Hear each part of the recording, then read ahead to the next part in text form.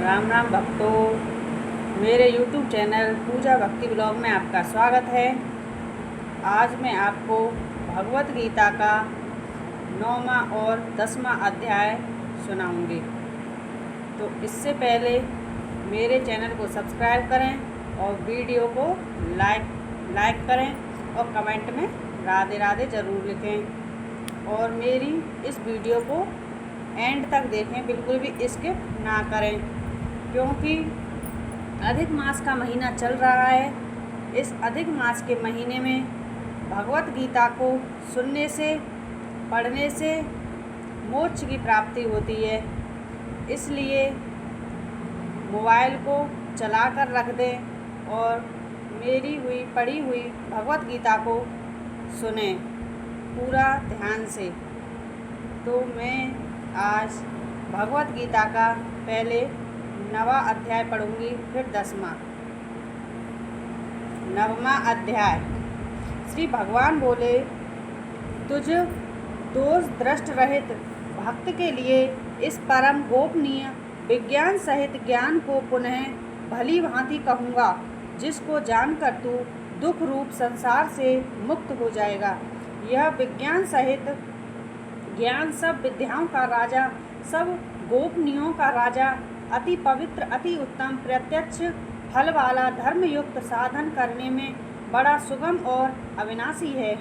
हे परंतप, इस उपयुक्त धर्म में श्रद्धा रहित पुरुष मुझको न प्राप्त होकर मृत्यु रूप संसार चक्र में भ्रमण करते रहते हैं।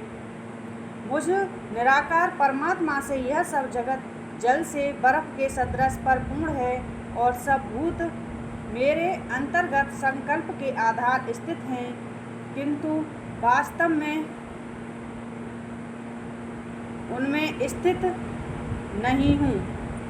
वे सब भूत मुझ में स्थित नहीं हैं, किंतु मेरी ईश्वरीय योग शक्ति को देख कि भूतों का धारण पोषण करने वाला और भूतों को उत्पन्न करने वाला भी मेरा आत्मा वास्तव में भूतों में स्थित नहीं है।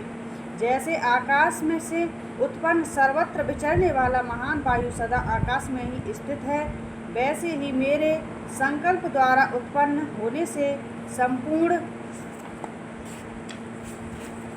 भूत मुझ में स्थित है, ऐसा जान। हे अर्जुन, कल्पों के अंत में सब भूत मेरी प्रकृति को प्राप्त होते हैं, अर्थात प्रकृति में लीन होते हैं, और कल्पों के आदि में उनको मैं फिर रचता हूँ।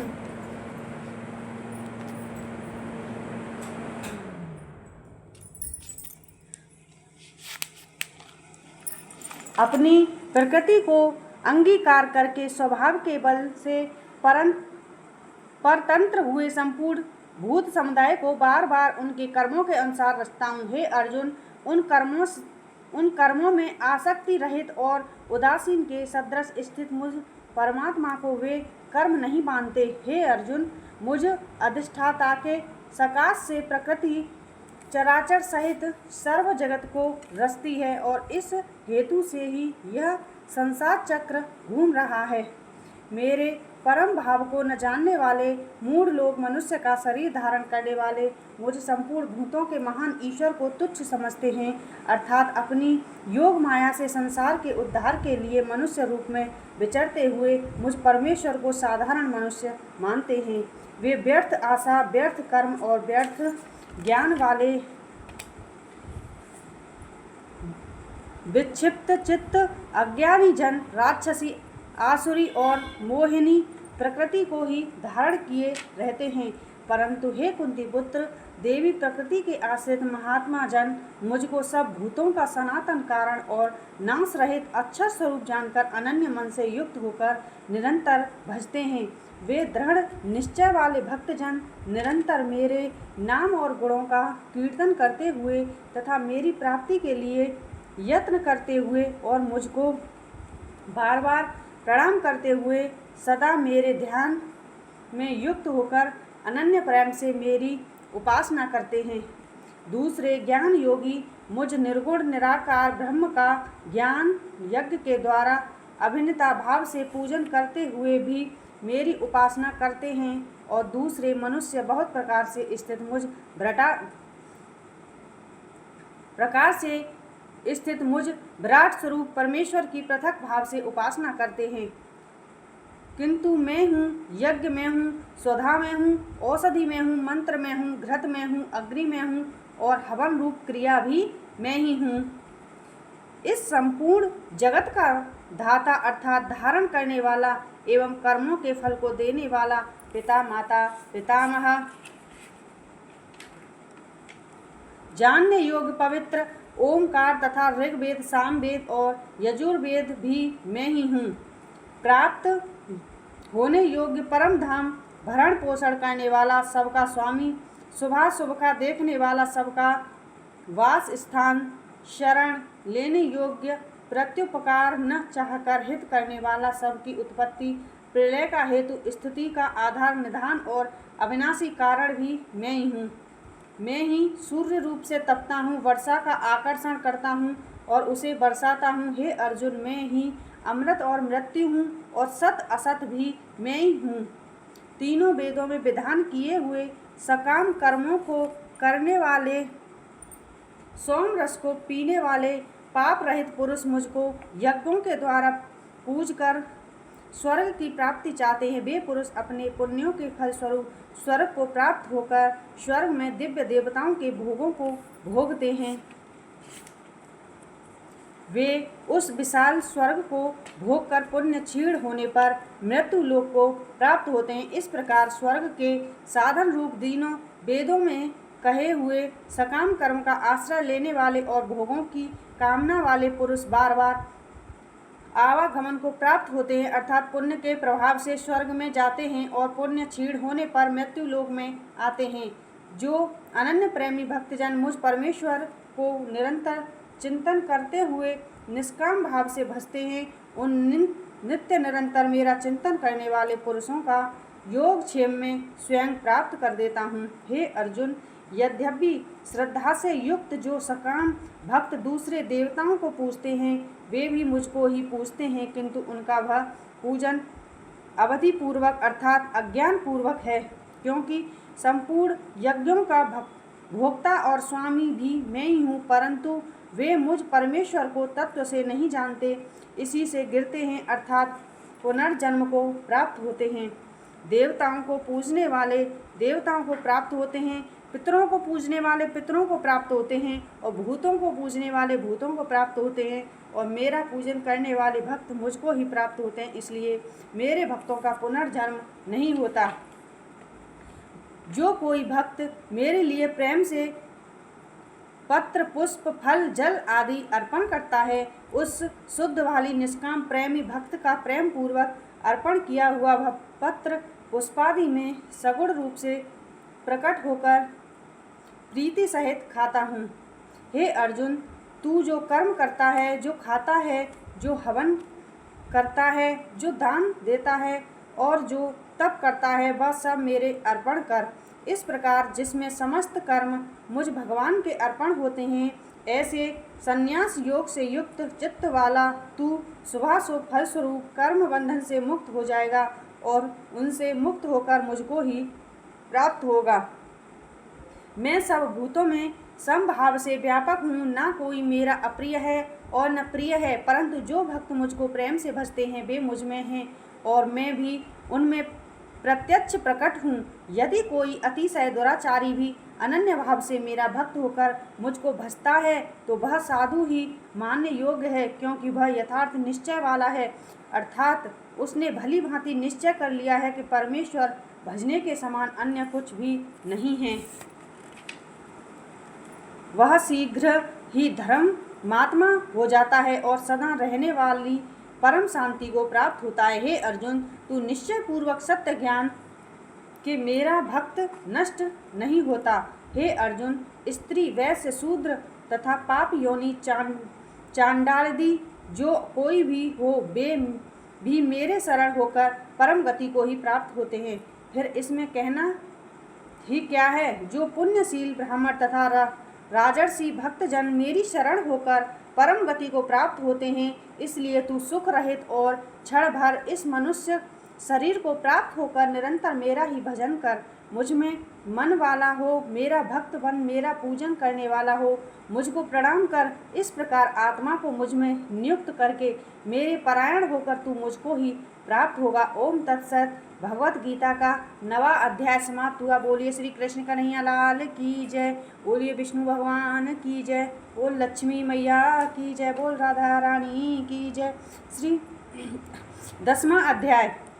श्री भगवान बोले, हे महाबाहो, फिर भी मेरे परम रहस्य और प्रभाव युक्त वचन को सुन, जिसे मैं तुझे अतिशय प्रेम रखने वाले के लिए हित की इच्छा से कहूँगा। ना मैं विदु सुरगणा प्रभव न महर्षय अहमर्देह देवाना महिषीना च सर्वस। मेरी उत्पत्ति को अर्थात लीला से प्रकट होने को न देवता लोग जानते हैं और न महर्षि जन ही जानते हैं, क्योंकि मैं सब प्रकार से देवताओं का और महर्षियों का भी आदि कारण हूँ। जो मुझको अजन्मा अर्थात वास्तव में जन्म रहित अनादि और लोकों का महान ईश्वर तत्व से जानता है, वह मनुष्य में ज्ञानवान पुरुष संपूर्ण पापों से मुक्त हो जाता है। निश्चय करने की शक्ति, यथार्थ ज्ञान, असमूढ़ता, क्षमा, सत्य, इंद्रियों का वश में करना, मन का निग्रह तथा सुख दुख, उत्पत्ति प्रलय और भय अभय तथा अहिंसा, समता, संतोष, तप, दान, कीर्ति और अपकीर्ति, ऐसे ये प्राणियों के नाना प्रकार के भाव मुझसे ही होते हैं। 7 महर्षि जन, 4 उनसे भी पूर्व में होने वाले सनकादि तथा स्वयंभुव आदि 14 मनु, ये मुझ में भाव वाले सब के सब मेरे संकल्प से उत्पन्न हुए हैं, जिनकी संसार में यह संपूर्ण प्रजा है। जो पुरुष मेरी इस परमेश्वर रूप विभूति को और योग शक्ति को तत्व से जानता है, वह निश्चल भक्ति योग से युक्त हो जाता है। इसमें कुछ भी संशय नहीं है। मैं वासुदेव ही संपूर्ण जगत की उत्पत्ति का कारण हूँ और मुझसे ही सब जगत का चेष्टा करता है। इस प्रकार समझकर श्रद्धा और भक्ति से युक्त बुद्धिमान भक्तजन मुझ परमेश्वर को ही निरंतर भजते हैं। निरंतर मुझ में मन लगाने वाले और मुझ में ही प्राणियों को अर्पण करने वाले भक्तजन मेरी भक्ति की चर्चा के द्वारा आपस में मेरे प्रभाव को जानते हुए तथा गुण और प्रभाव सहित मेरा कथन करते हुए ही एक निरंतर संतुष्ट होते हैं और मुझ वासुदेव में ही निरंतर रमण करते हैं। उन निरंतर मेरे ध्यान आदि में लगे हुए और प्रेम पूर्वक भजने वाले भक्तों को मैं वह तत्व ज्ञान स्वरूप योग देता हूँ, जिससे वे मुझको ही प्राप्त होते हैं। हे अर्जुन, उनके ऊपर अनुग्रह करने के लिए उनके अंतःकरण स्थित हुआ मैं स्वयं ही उनके अज्ञान जनित अंधकार को प्रकाशमय तत्व ज्ञान रूप दीपक के द्वारा नष्ट कर देता हूँ। अर्जुन बोले, आप परम ब्रह्मा, परम धाम और परम पवित्र हैं, क्योंकि आपको सब ऋषिगण सनातन दिव्य पुरुष एवं देवों का भी आदि देव अजन्मा और सर्वव्यापी कहते हैं। वैसे ही देवर्षि नारद तथा असिति और देवल ऋषि तथा महर्षि व्यास भी कहते हैं और आप भी मेरे प्रति कहते हैं। हे केशव, जो कुछ भी मेरे प्रति आप कहते हैं, इस सब को मैं सत्य मानता हूँ। हे भगवान, आपके लीलामय स्वरूप को ना तो दानव जानते हैं और न देवता ही। हे भूतों को उत्पन्न करने वाले, हे भूतों के ईश्वर, हे देवों के देव, हे जगत के स्वामी, हे पुरुषोत्तम, आप स्वयं ही अपने से अपने को जानते हैं, इसलिए आप ही उन अपनी दिव्य विभूतियों को संपूर्णता से कहने में समर्थ हैं, जिन विभूतियों के द्वारा आप इन सब लोकों को व्याप्त करके स्थित हैं। हे योगेश्वर, मैं किस प्रकार निरंतर चिंतन करता हुआ आपको जानूं, और हे भगवान, आप किन किन भावों में मेरे द्वारा चिंतन करने योग्य हैं। हे जनार्दन, अपनी योग शक्ति को और विभूति को फिर भी विस्तार पूर्वक कहिए, क्योंकि आपके अमृतमय वचनों को सुनते हुए मेरी तृप्ति नहीं होती, अर्थात सुनने की उत्कंठा बनी रहती है। श्री भगवान बोले, हे कुरुश्रेष्ठ, अब मैं जो मेरी दिव्य विभूतियाँ हैं उनको मेरे लिए प्रधानता से कहूँगा, क्योंकि मेरे विस्तार का अंत नहीं है। हे अर्जुन, मैं सब भूतों के हृदय में स्थित सबका आत्मा हूँ तथा संपूर्ण भूतों का आदि मध्य और अंत भी मैं ही हूँ।